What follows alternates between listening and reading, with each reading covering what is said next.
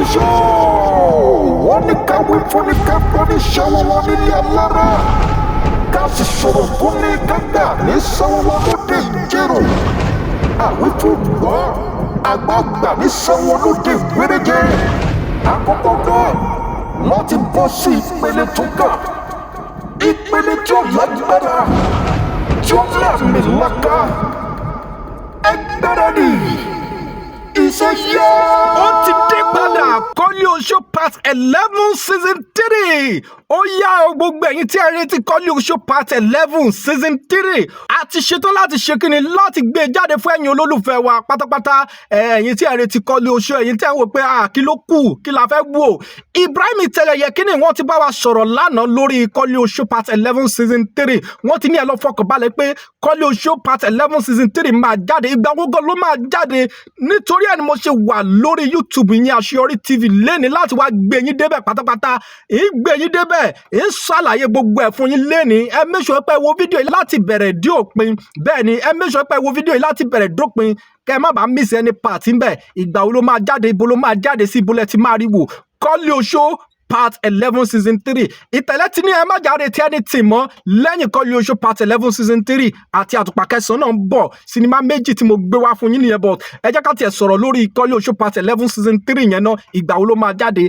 Tẹ́ bá fẹ́ kí sinimá tètè jáde ìyẹn Koleoso part 11 season 3 yẹn, tẹ́ bá fẹ́ kó tètè jáde, ẹ ti mọ bá ṣe máa ń ṣe. Ẹ máa tẹ̀ sí comment section, ẹ máa sọ wípé Iteledicon drop Koleoso part 11 season 3. Ẹ fa comment section ya, ẹ máa tẹ̀ sí comment section. Kẹ́dẹ̀ máa ṣe kíni, kẹ́dẹ̀ máa sorúkọ artist àwọn àgbààgbà òṣèré tí ẹ fẹ́ kó wà nínú season 3 ìyẹn Koleoso part 11 yìí. Ẹ máa dárúkọ wọn sí comment section nítorí pé kíni no shake a ti ṣetán láti gbé yín débẹ̀ pátápátá lọ́jọ́ tòní. So ìgbà tó máa jáde sórí YouTube máa wá sórí ìkànnì Àṣeyọrí TV láti wá ṣàlàyé fún yín déètì tó máa jáde sórí YouTube. Fún ìdí èyí tí o bá ti subscribe sórí channel yìí Àṣeyọrí TV, make sure pé o tẹ subscribe button yẹn kó subscribe sórí channel yìí nítorí orí channel láti máa gbé yín débẹ̀ bó bá ṣe ń lọ lágbolé Koleoso àti àwọn sinimá tó bá láàmìlaka. Bẹ́ẹ̀ náà ni Koleoso part 11 là ń retí báyìí o season 3.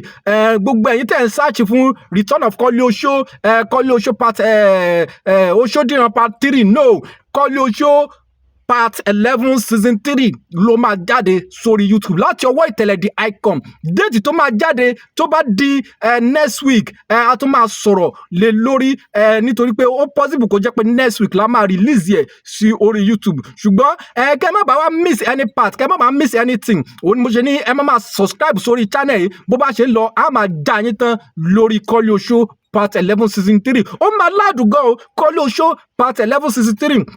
Ó máa lágbára gan, ẹ̀yin gan máa ṣe kí ni ẹ máa fọ́ fún tán ni nítorí pé Ìtẹ̀lẹ́ tuntun jáde pẹ̀lú another dimension. Ó tuntun wò ó pé mo máa tún gbé yín débẹ̀ kọjá bí mo ṣe ń gbé yín lọ nítorí pé kí ni ó máa lágbára gan. Fún ìdí èyí ẹ jẹ́ ká gbára dílẹ̀, ẹ máa share fídíò yìí, ẹ máa share fídíò yìí sáwọn olólùfẹ́ wa. Gbogbo àwọn tí wọ́n fẹ́ wo Koleoso part 11 season 3, ẹ máa bá wa share fídíò yìí fún wọn wípé à ń gbé Koleoso part 11 season 3 bọ̀ pé ó máa ládùúgbò dé tún máa láta. Ẹ sá máa tẹ̀ sí comment section kẹ́dẹ̀ máa share fídíò yìí, ẹ fa fídíò ẹ jẹ́ kó lọ fà, ẹ fàájà ẹ jẹ́ kó lọ fà, ẹ jẹ́ káwọn èèyàn mọ̀ wípé a sùn rárá nítorí pé kíni à ń ṣiṣẹ́ lórí Koleoso 11 season 3. Tẹ́ bá ti wo Ìtẹ̀lẹ́ ti sọ̀rọ̀ pé ó ń bọ̀, so kò sí pé ẹ ń doubt mọ́ pé kíní kan Koleoso part 11 season 3 Ìtẹ̀lẹ́ ti sọ̀rọ̀ lé lórí pé ó ń bọ̀ sórí YouTube. So ẹ má doubt ẹ rárá, bó bá ṣe ń lọ ní máa gbé yín débẹ̀ lórí Àṣeyọrí TV.